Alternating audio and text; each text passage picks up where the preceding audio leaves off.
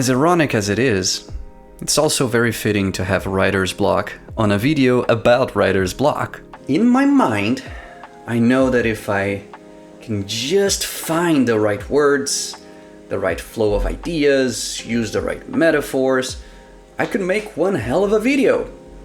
But those things seem to exist just on the outer edges of my consciousness. It's like I know they are there somewhere in the world of possibilities, but whenever I try to drag them into the world of realities, they sort of escape my fingers. Even worse, what I seem to drag out instead are negative thoughts. Thoughts like, oh man, there's so many videos about creativity and writer's block out there. Maybe I don't have anything unique to contribute. And I know that if I give in to these thoughts and I follow their line of reasoning, it won't take long for me to go to the I'm a failure territory, a fraud, a fugazi. Fugazi, it's a fake. Yeah, fugazi, it's a wazi, it's a woozy, it's a... Fortunately, I still have an answer on how to tackle these things. And like a proper smartass, I believe the best way to do that is obtusively.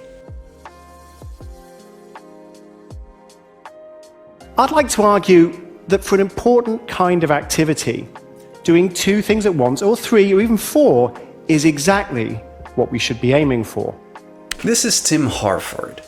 He suggests creativity is all about slow motion multitasking. Here's an interesting thing.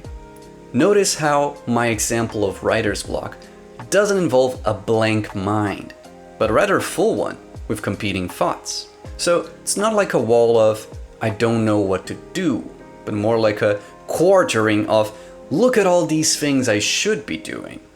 Violent metaphor, huh? Many of these thoughts are useful. I should indeed do metaphors. I should indeed look for how my contribution is unique. So the problem here isn't the multitasking, it's the slow part.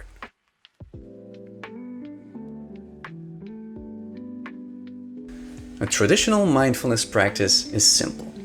You sit the fuck down and chill the fuck out. How does one intentionally chill out, you may ask? We do that by deciding to pay attention to your senses, how it feels to breathe, to discern the sounds around you, to notice the motion in the coffee fumes. And that's all. That's all. Hell, you don't even need to pay attention to all that at once if you don't want to. You can just focus on the breath, or the coffee, or the sounds, and that's okay. For a few seconds, this might be easy, a relief even. But then, as time goes on, it gets harder. That's because your brain likes to find problems to solve, and sitting still is boring. Your brain will automatically produce thoughts like, oh, I shouldn't forget to do the dishes later. And, am I forgetting something important right now? Or, man, that video about mindfulness and creativity is really good. I should give it a like, maybe even subscribe to the guy. And if you let it, your brain will steer your attention away from your senses all the way to the endless possibilities of your imagination. So don't let that happen.